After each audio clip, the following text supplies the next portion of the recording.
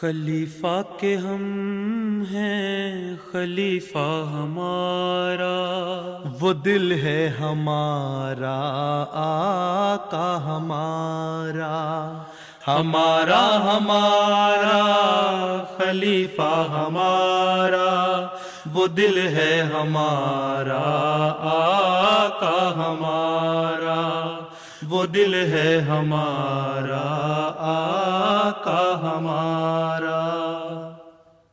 Assalamu alaikum and welcome to This Week with Huzur. Once again, we are honored to present highlights of two virtual mulaqats with Waqf-e-Nau boys and girls from Finland and Khuddam from Singapore that took place last weekend.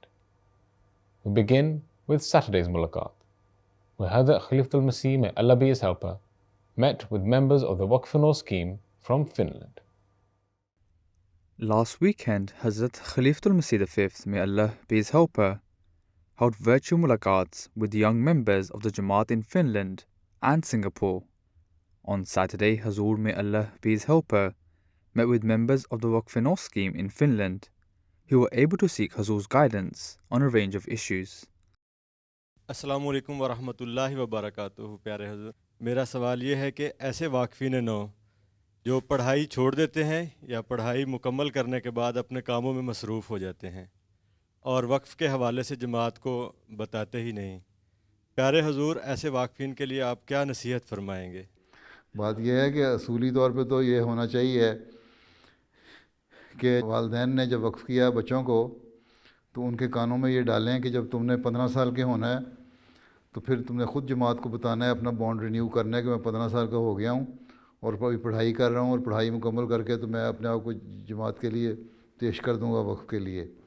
پھر 21 سال کی عمر میں جا کے دوبارہ جب پڑھائی مکمل کر لیں، 21، 22، 23 سال کی عمر یونیورسٹی کی پڑھائی مکمل کر لیں، پھر بتائیں کہ میں نے پڑھائی مکمل کر لی ہے، یہ میں نے کام کر لیا ہے، اب بتائیں کہ میں کیا کروں۔ تو اصولی طور پہ تو یہ ایک وعدہ ہے، جو بانڈ ہے، جو ماں باپ نے اپنے بچے کے بارے میں جماعت سے کیا، اس کو پورا کرنا ہے، ایک عہد ہے، اس کو پورا کرنا ہے۔ اس کے بعد بچوں نے اس کو پورا کرنا ہے، اور اگر چاہتے ہیں بچے کے نہ کام کریں، خدمت نہیں کرنا چاہتے تو پھر لکھ کے استعفیٰ دے دیں کہ ہمارے ماں باپ نے وقف کیا تھا لیکن ہمارے حالات ایسے ہیں کہ ہم نہیں چاہتے۔ تو اصولی طور پر تو یہی ہے، ایمانداری کا تقاضا بھی یہی ہے کہ جب پڑھ لکھ کے کچھ بن جائیں تو اپنے کام کرنے کے لیے اجازت لے لیں، مرکز سے پوچھ لیں کہ ہم نے یہ پڑھائی کر لی ہے، آیا ہم اپنا کام کریں یا مرکز ہمارے سے کوئی خدمت لینا چاہتا ہے۔ تو مرکز اکثر لوگوں کو تو یہی کہہ دیتا ہے کہ تم اپنا کام کرو، اور جو لوگ پڑھائی چھوڑ دیتے ہیں بیچ میں، نکمے ہوتے ہیں، وہ تو ویسے ہی وقت چھوڑ دینا چاہیے، ان کو بتا دینا چاہیے ہم نے پڑھائی کوئی نہیں کی، اب ہمیں بتائیں ہم کیا کریں، کیونکہ پڑھے لکھے لوگ ہمیں چاہیے، وقف-e-نو میں ان پڑھ تو نہیں چاہیے، ٹھیک ہے نا۔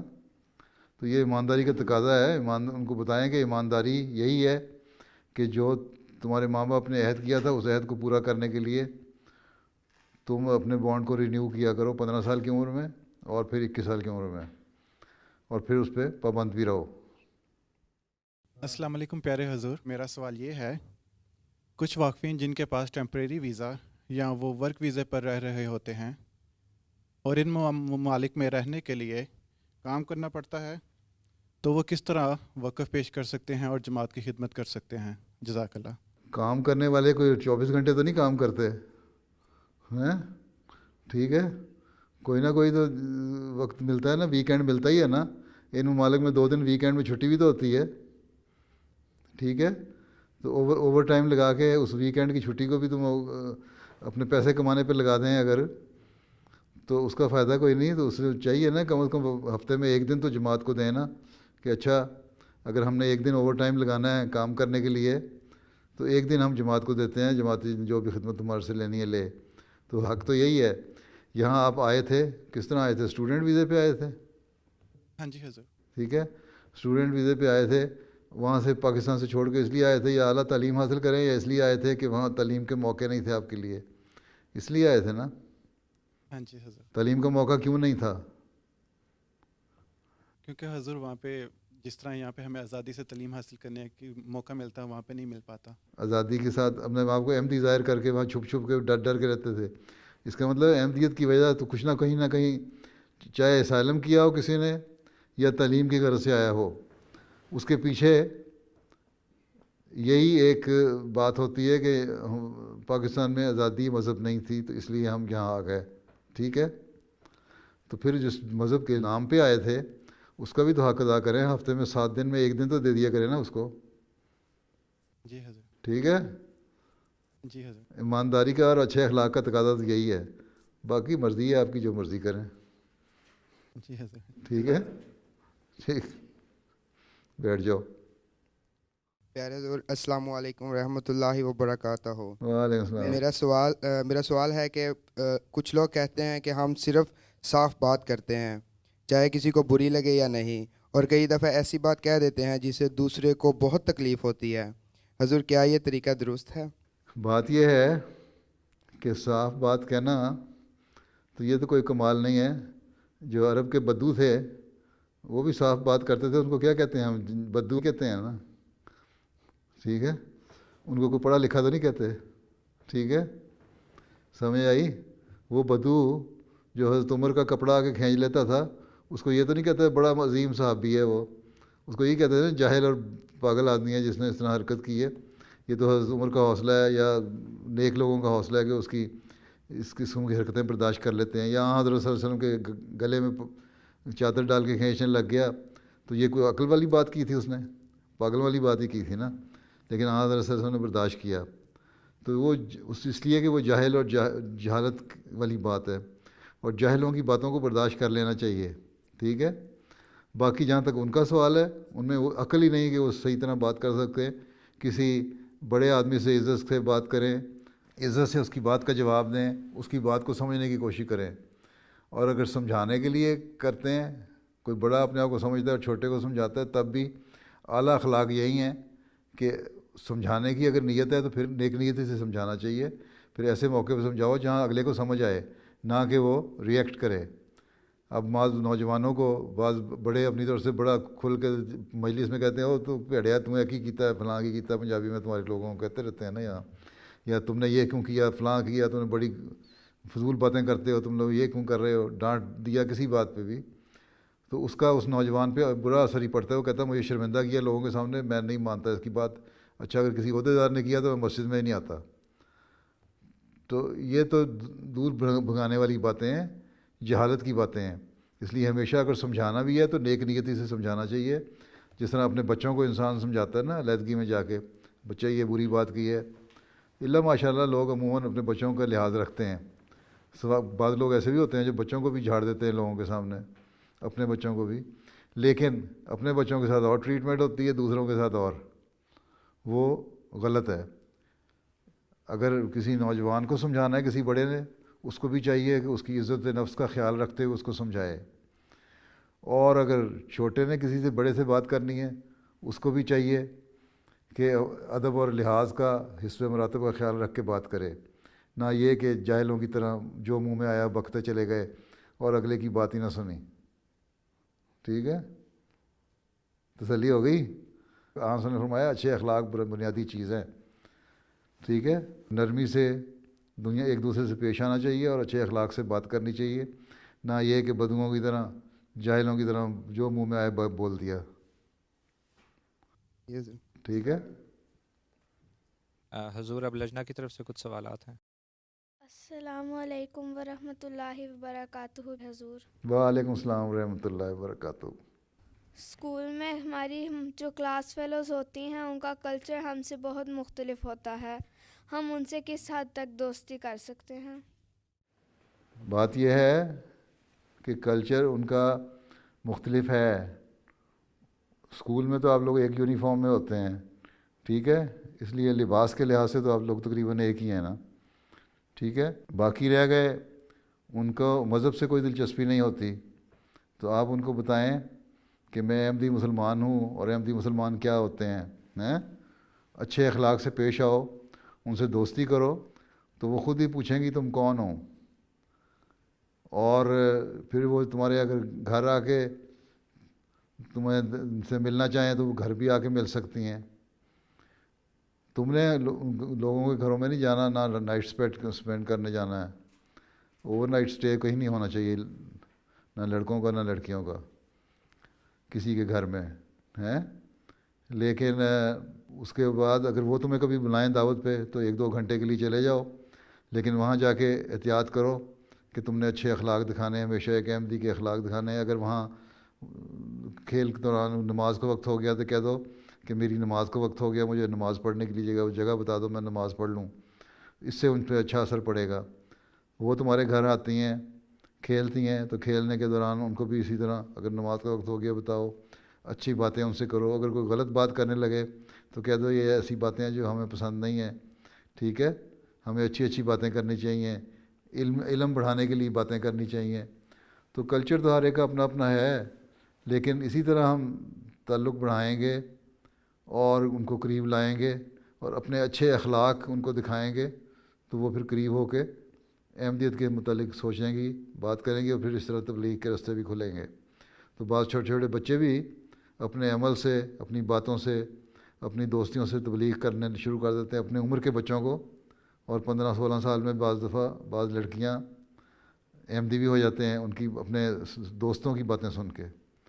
اس لیے صرف اس بات سے دور ہٹ جانا کہ جن کا کلچر اور ہے، ان کا کلچر اور ہے، آپ اس ملک میں رہ رہے ہیں تو بعض باتیں تو ان کی اچھی ہیں، ان کو اپنانے میں کوئی حرج نہیں ہے، لیکن جو ان کی غلط باتیں ہیں ان کو بالکل اختیار نہیں کرنا، ٹھیک ہے؟ چلو پھر بیٹھ جاؤ۔ حضور، دوران تبلیغ جب ہم دوستوں کو کہتی ہیں کہ اسلام ایک پرامن مذہب ہے تو وہ ہمیں کہتی ہیں کہ اگر یہ درست ہے تو یہ باتیں ہمیں بتانے کے بجائے مسلمان ملکوں میں جا کر بتاؤ، ہم تو پہلے سے ہی پرامن رہنے والے لوگ ہیں۔ حضور اس بارے میں ہماری رہنمائی فرما دیں۔ بات تو ٹھیک کہتی ہیں، ان سے کہو تمہاری بات بالکل ٹھیک ہے اور ہمیں یہی کرنا چاہیے، لیکن مشکل یہ ہے کہ ہم جب امن کی بات کرنے والے ہیں، ہم احمدی ہیں اور ہم نے اس شخص کو مانا ہے جس نے امن پھیلانے کے لیے آنا تھا حضرت صلی اللہ علیہ وسلم کی پیشگوئیوں کے مطابق، اور ہماری مخالفت یہ لوگ کرتے ہیں۔ اس لیے ہماری جہاں تک کوشش ہوتی ہے ہم ان کو بھی بتاتے ہیں، لیکن ہم تمہارے سے بات تو صرف اس لیے کر رہے ہیں کہ تمہیں یہ بتائیں، اگر تمہارے دماغ میں کوئی شکوک ہیں اسلام کے بارے میں کہ اسلام پرامن مذہب نہیں ہے تو وہ دور ہو جائے۔ تمہیں ہم قائل کرنے کے لیے نہیں بتا رہے کہ تم اسلام لے آؤ۔ اسلام لانا، مذہب بدلنا ہر ایک کا اپنے دل کا معاملہ ہے۔ آپ لوگوں کے اچھے اخلاق ہوں گے تو وہ لوگ خود ہی قریب آئیں گے آپ لوگوں کے۔ ہاں، ان کو کہیں ہم تو صرف تمہیں یہ بتانا چاہتے ہیں کہ تمہارے دل میں کیونکہ شکوک ہیں اسلام کے بارے میں، تم لوگ سمجھتے ہو کہ اسلام بڑا برا مذہب ہے اور شدت پسند مذہب ہے اور ظلم کرنے والا مذہب ہے، تو اس لیے ہم بات کر رہے ہیں کہ اسلام کی اصل تعلیم یہ نہیں ہے۔ اس کے علاوہ ہمارا کوئی مقصد نہیں کہ تمہیں ہم ضرور کہیں کہ تم مسلمان ہو جاؤ، نہ اس طرح مسلمان ہونے کے لیے کہنا چاہیے کسی کو۔ جب آپ مستقل باتیں کریں گی اور آپ کے عمل وہ دیکھیں گی، آپ کے قریب آئیں گی، آپ کے دوست بنیں گی، تو خود ہی جس کے دل کو اللہ تعالیٰ نے پھیرنا ہوگا اسلام اور احمدیت کی طرف، وہ اللہ تعالیٰ خود ہی پھیر دے گا۔ آپ براہ راست کہیں گے نا دیکھو اسلام پرامن مذہب ہے اس لیے تم قبول کر لو، تو وہ کہے گا جاؤ پہلے اپنے آپ کو ٹھیک کرو، مجھے کیا سمجھا رہی ہو، ٹھیک ہے؟ جی حضور، جی جزاک اللہ۔ میرا سوال ہے کہ جب کالج میں میری کچھ سہیلیوں سے اللہ تعالیٰ کے متعلق بات ہوتی ہے تو وہ مجھ سے پوچھتی ہیں کہ جب ہمارے پاس ایک اچھا ملک ہے، پرامن ملک ہے، ایک اچھا گھر بار بھی ہے، تو اگر ہم اللہ تعالیٰ کو مان لیں گے تو ہمیں مزید کیا حاصل ہوگا؟ پیارے حضور اس بارے میں ہماری رہنمائی فرما دیں۔ اس سے کہنا کہ یہ دنیا جو ہے ختم ہو جائے گی، یہاں سے انسان جائے گا۔ ہمارا یہ تصور ہے، ہمارا یہ اسلام کا یہ کانسیپٹ ہے کہ اس کے بعد بھی ایک دنیا ہے، ٹھیک ہے؟ اللہ تعالیٰ کو ہم مان لیں گے تو اللہ تعالیٰ کا حق ادا کریں گے تو اللہ تعالیٰ خوش ہوتا ہے اس بات پہ، اور ہمیں مرنے کے بعد دی ریوارڈ ہے اس کا۔ اور یہ دنیا تو عارضی ہے، مستقل دنیا ہے اس کے بعد بھی، ٹھیک ہے؟ تو اگر تم اللہ کو مانو تو وہ جو مستقل جو دنیا ہے مرنے کے بعد کی، اس میں اللہ تعالیٰ نوازتا ہے۔ اور ہاں، اس دنیا میں جو اللہ تعالیٰ کو ماننے والے ہیں اور اللہ تعالیٰ کا حق ادا کرنے والے ہیں اور اس کی عبادت کرنے والے ہیں، ان سے بعض دفعہ ایسا سلوک بھی کر دیتا ہے کہ بعض ایسی باتیں ہو جاتی ہیں جو انسان ایکسپیکٹ نہیں کر رہا ہوتا کہ وہ ہوں گی۔ اللہ تعالیٰ کا ان کا اس دنیا میں بھی سلوک مختلف ہوتا ہے دوسروں سے جو دہریہ ہے یا اللہ کو نہیں مانتے. ہم تو اس لیے اللہ تعالیٰ کو مانتے ہیں کہ ہمارا یہ ایمان ہے کہ یہ دنیا صرف دنیا نہیں ہے، بلکہ اس دنیا کے بعد ایک اور دنیا ہے جس میں مرنے کے بعد انسان جائے گا. اور یہی سارے مذاہب نے پیش کیا. اور یہ جب ہوتا ہے تو پھر ہم نیک کام بھی کرتے ہیں. اسے کہو یہ تم مان لیا سب کچھ ہے، دنیا بھی تمہیں مل گئی اور تمہیں آسانیاں بھی مل گئیں، اچھا گھر بھی مل گیا، لیکن اس میں باوجود اس میں بہت ساری ایسی برائیاں آ گئی ہیں جو اخلاقی طور پہ اچھی نہیں ہیں. تم ان کو سمجھتے ہو یہ کوئی چیز نہیں ہے، لیکن ہم سمجھتے ہیں کہ یہ اخلاقی برائیاں ہیں. آج کل جو مثلاً بہت ساری موومنٹیں چل گئی ہیں، اس قسم کی باتیں پیدا ہونے لگ گئی ہیں، تو وہ ساری باتیں جو ہیں اس سے کہو یہ ایسی باتیں ہیں جس کو ہم سمجھتے ہیں کہ اچھے اخلاق میں شامل نہیں ہیں. اس لیے ہم اللہ تعالیٰ کی تعلیم کے مطابق ان سے بچنے کی کوشش کرتے ہیں. اور پھر یہ بھی جتنے ایتھیسٹ ہیں، خدا کو نہ ماننے والے، وہ یہ تسلیم کرتے ہیں کہ جو اچھے اخلاق تھے دنیا میں جو آئے ہیں، جو انسان پہلے کیو میں رہتا تھا، پھر جنگل میں رہنا شروع ہوا، پھر باہر نکلا اور ایک سوسائٹی بننی شروع ہوئی اور پھیلنی شروع ہوئی، ان میں جو اچھے اخلاق پیدا ہوئے وہ نبیوں کے ذریعے سے آئے. اور دنیا میں جتنے بھی مذہب آئے سب کی بنیادی تعلیم یہی تھی کہ اللہ تعالیٰ کو مانو اور آپس میں اچھے اخلاق ایک دوسرے سے دکھاؤ. ٹھیک ہے؟ اور مذہب میں بھی دیکھ لو کہ یہ نہیں باتیں مختلف نہیں ہیں، ایک ہی چیز ہے. ہر مذہب جو ہے ایک بات کی تعلیم دیتا ہے کہ اللہ کو مانو اور اچھے اخلاق دکھاؤ، ایک دوسرے کا خیال رکھو. ٹھیک ہے؟ بعد میں بگاڑ پیدا کر لیا مذہب کے ماننے والوں نے اس میں، لیکن بنیادی تعلیم ہر مذہب کی ایک ہے. اور یہ ایتھیسٹ بھی مانتے ہیں کہ جو بنیادی تعلیم اخلاق کی ہے وہ نبی لے کے آئے. جب نبی لے کے آئے تو نبی کہتے ہیں ہم اللہ کی طرف سے آئے. اگر ایک بات پہ انہوں نے سچ بولا اور اچھائی پیدا کر دی دنیا میں تو اس کا مطلب ہے کہ ان کی باقی باتیں بھی سچی ہیں. اس لیے ہمیں اللہ کو بھی ماننا چاہیے اور اللہ کی عبادت بھی کرنی چاہیے اور ایک دوسرے کے حق بھی ادا کرنے چاہیے. اور یہی مقصد لے کے حضرت مسیح علیہ السلام بھی آئے تھے کہ اس دنیا میں اس زمانے میں لوگ جو ہیں خدا تعالیٰ کو بھول رہے ہیں اور اچھے اخلاق جو ہیں وہ ختم ہو رہے ہیں.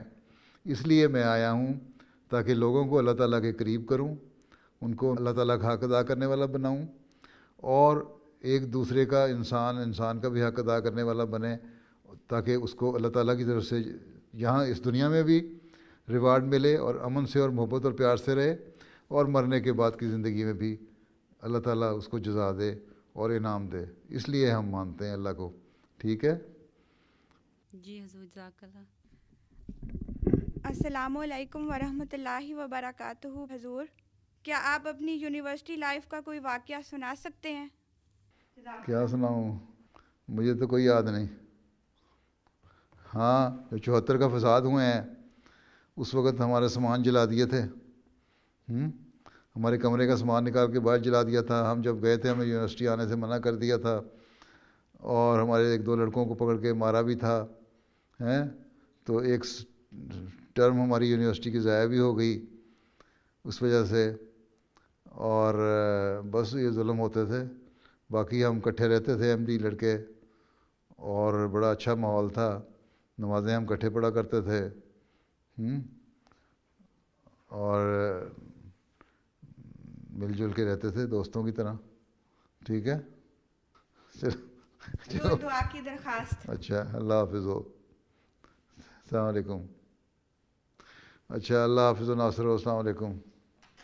وعلیکم السلام ورحمۃ اللہ وبرکاتہ. The following day, members of Majlis Khuddam al-Ahmadiyya in Singapore had the opportunity to meet Huzoor, and they also had the chance to ask questions. I always pray that you're in good health. My question is, what is one piece of advice you have for the younger Khuddam here in Singapore in terms of faith and spirituality? Once somebody asked Hazrat Masih Maud alayhi salatu wasalam that give me an advice in one sentence. He said that fear Allah and do everything.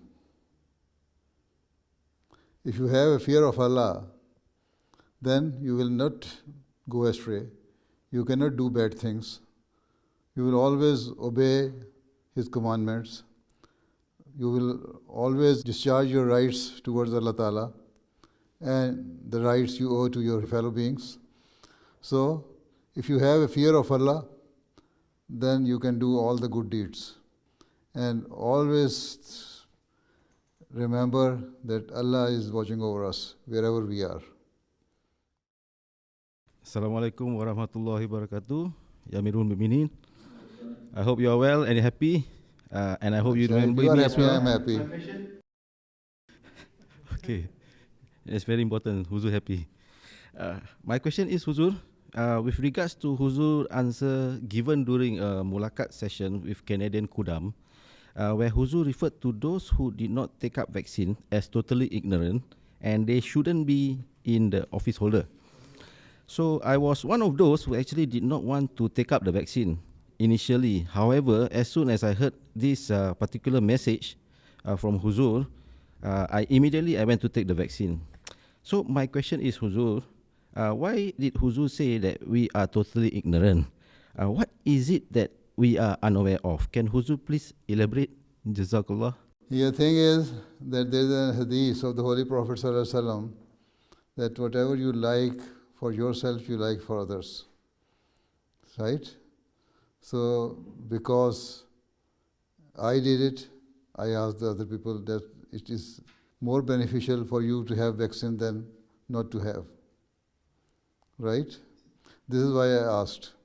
In my view, if you don't take vaccine, you are not only exposing yourself to this disease, but also the source of spreading the disease to the others. So this is why, for the sake of others, we should get ourselves vaccinated with this COVID vaccine. And as far as my knowledge is concerned, I discussed it with so many scientists and doctors. Most of them, they say and they prove it, that the results are quite promising. We cannot say that 100% of the people will be cured and will be saved from the disease. No. But quite a good percentage of them has better results even if they had this disease. It was not fatal. So this is why, in my view, it is better that Ahmadis should take this vaccine. But even I cannot force you. I did not say that all office bearers who have not taken a vaccine should be removed from their offices. It was my passing remark that they should not remain in the office. So that means they themselves should be careful that how important I consider this vaccine, right? Otherwise, I do not say you don't have the wisdom. You might be quite wise person. You are a religious person. You know about religion. In that regard, you are not ignorant.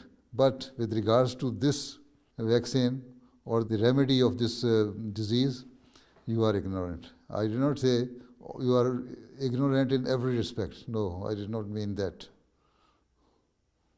Okay? Okay. Right. Dear Huzur, I have a short question. How can a Muslim free their heart from hate? Jazakumullah.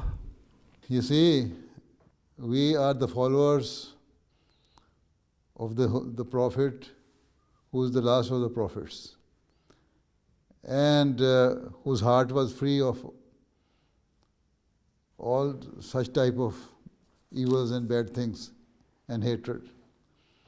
Even Hazrat Masih Maud Islam has come in this age as a subordinate prophet of the Holy Prophet ﷺ. And he said, I have come in this age to bring mankind closer to their Creator, and secondly, to make them realize their duties towards their fellow beings. So he says that he cannot discharge these duties until and unless our hearts are pure. And there should not be any enmity, animosity, jealousy in our hearts.